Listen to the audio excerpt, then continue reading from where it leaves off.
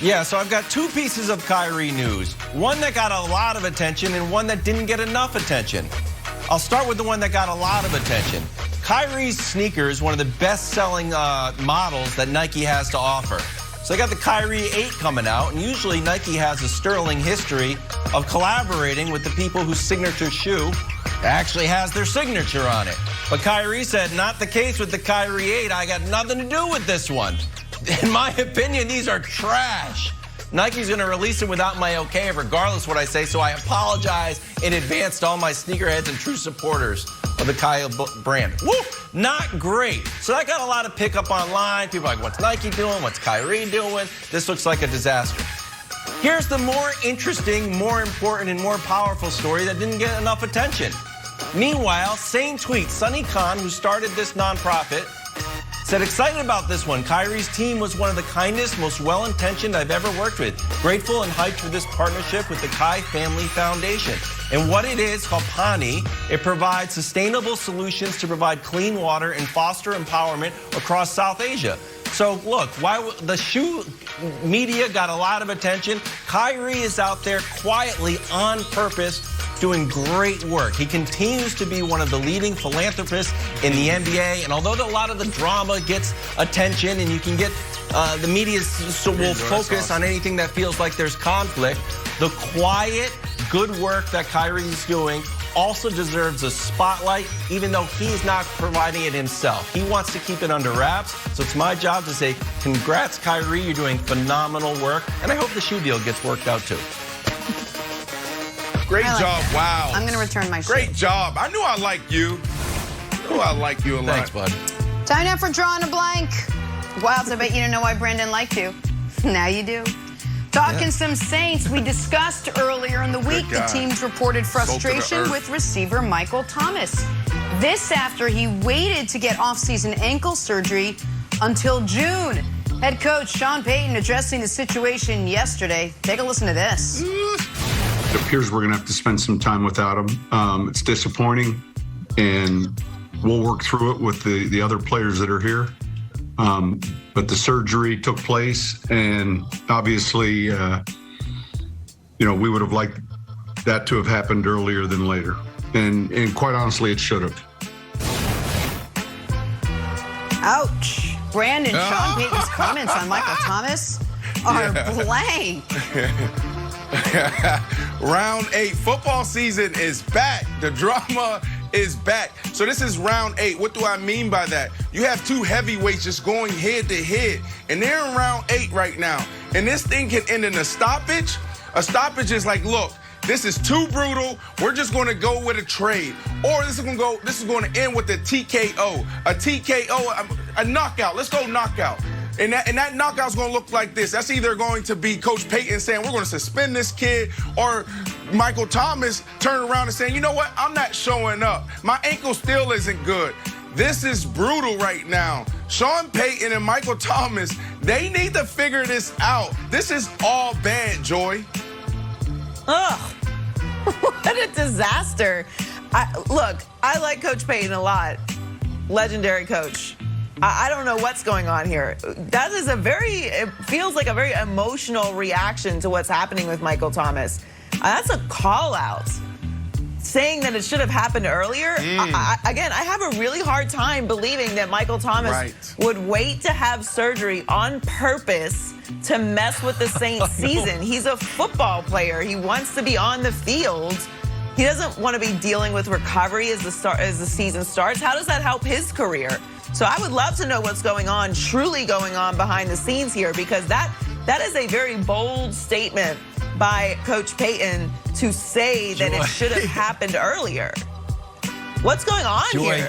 Can I have Joy, so we did this question earlier in the week with Joy, and Joy was like, no way. There's no way Michael Thomas delayed the surgery. And I was like, I don't know, Joy. It's like a little Pippen-esque. Remember, like Pippen was mad at the Bulls and his contract, and you didn't buy it. So you were, let's say, the Joy level of not...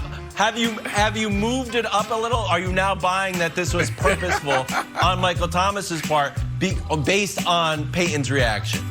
I mean, I Have we can't moved the call him meter a at all? liar. Like, I can't sit here and say he's a liar, but wow. Like, that's a dangerous space to be in as a coach, to talk about one of your players having surgery later. He didn't have to say that. To come into the season. That's exactly right. This is very messy. Messy B. This is very messy for the Saints right now. Again, who benefits from this? Tom Brady. Listen, I was able to be in New Orleans and see this stuff. These two dudes are ultra competitors. And here's the deal. It's not about, he delayed the surgery to get at the Saints and Coach Payton. That's not it. What it is Michael Thomas has his own routine. Drew Brees had his own routine. Drew Brees had his own guys. So Michael Thomas could have just said, you know what, I'm going to listen to my team instead of your team, Coach Payton, because my team has gotten me here. And at the end of this thing, he said, all right, maybe I need to get the surgery now. Now Coach Payton is upset. But Coach Payton didn't have to say that, Jenna. He didn't have to. That's right. Media That's right, training one-on-one. Speak through the reporter. Speak through the camera. You can control your own message. Yep. He wanted everybody to know that Michael Thomas could have had that surgery earlier. This is getting messy. Woo! All right, well, reports now have Thomas back around mid-season, so that ain't great. Let's stick with receivers now. Talk some Devontae Adams. He was the... Happens. What do we see? Gio Bernard came in. Gronk obviously came in. AB came in. Leonard Fournette came in. Who scored touchdowns in the Super Bowl? AB, Gronk, Leonard Fournette. It's the first Super Bowl where every player who scored a point wasn't on the team the previous year. So I think Aaron Rodgers, listen, if you want to run the Patriots system, we have to win. It didn't work. Why don't we try to run the Tampa Bay system now? Let me be, literally, I don't have to pull the strings. I literally just want to be a pseudo consultant. Not even a real consultant, just pseudo consultant. Yep. Give me a shout. No surprises. Bring me in. The takeaway for me is the Packers management was they mismanaged it. It was almost like a dereliction of duty on their part not to keep him involved in the situation. Now let's go the Tampa Bay route. Let me have more say in personnel. Well, great job highlighting that. But I want to go back to New England, Wilds. Tom Brady should have never left New England if Tom Brady actually tapped into what Aaron Rodgers is tapping into now. Look at what's happening now, Joy, with Aaron Rodgers bringing back Randall Cobb. And this whole word that we've been throwing around all week, concessions. That's what I mean by this shift in power, this shift in how we look at the football player. And what does that mean, football player? Is it just player, or do you need to add a little business to that? Tom Brady... Here's the problem. Tom Brady had Randy Moss. Why did Randy Moss leave town the way he left? Why was Randy Moss bitter? The last game Randy Moss ever played in, I was there. It was in Miami. And I went up to Randy Moss after the game, and I asked him for his jersey. He took it off. He said, you can have this ish, right? Why? Because the way he was being treated. Wes Welker, why did he get pushed out the way he got pushed out? We're talking about one of the greats. We're talking about team. We're talking about sacrifice. Oh, all these guys in the locker room, we're all here together. Julian Edelman, grossly underpaid his entire career. Why? Tom Brady never stood up and said anything. Now you got Aaron Rodgers in his situation. Now Aaron Rodgers saying, Jordy Nelson, Clay Matthews, Julius Peppers, James Jones, John Kuhn, Casey Hayward. Well, that's great to do this in year 16, but what about in year 10 when those guys were getting pushed out? They have the power to be able to say, you know what? If my guys aren't back, I'm not back. If my guys aren't back, you have a problem with me. And because they are the starting quarterbacks and they have all this power, and if they tap into it, things will actually move. But we haven't seen that type of shift in the last, 10, 15 years. I wonder how yesterday's presser landed with Packers management. They were all sitting around watching, biting fingernails. By the way, Rodgers and the Pack opened down in New Orleans week 1 on Fox. And speaking of New Orleans, because I just said New Orleans, they might not have Michael Thomas for that week 1 showdown. We will have much more on the Packers, and we're going to talk about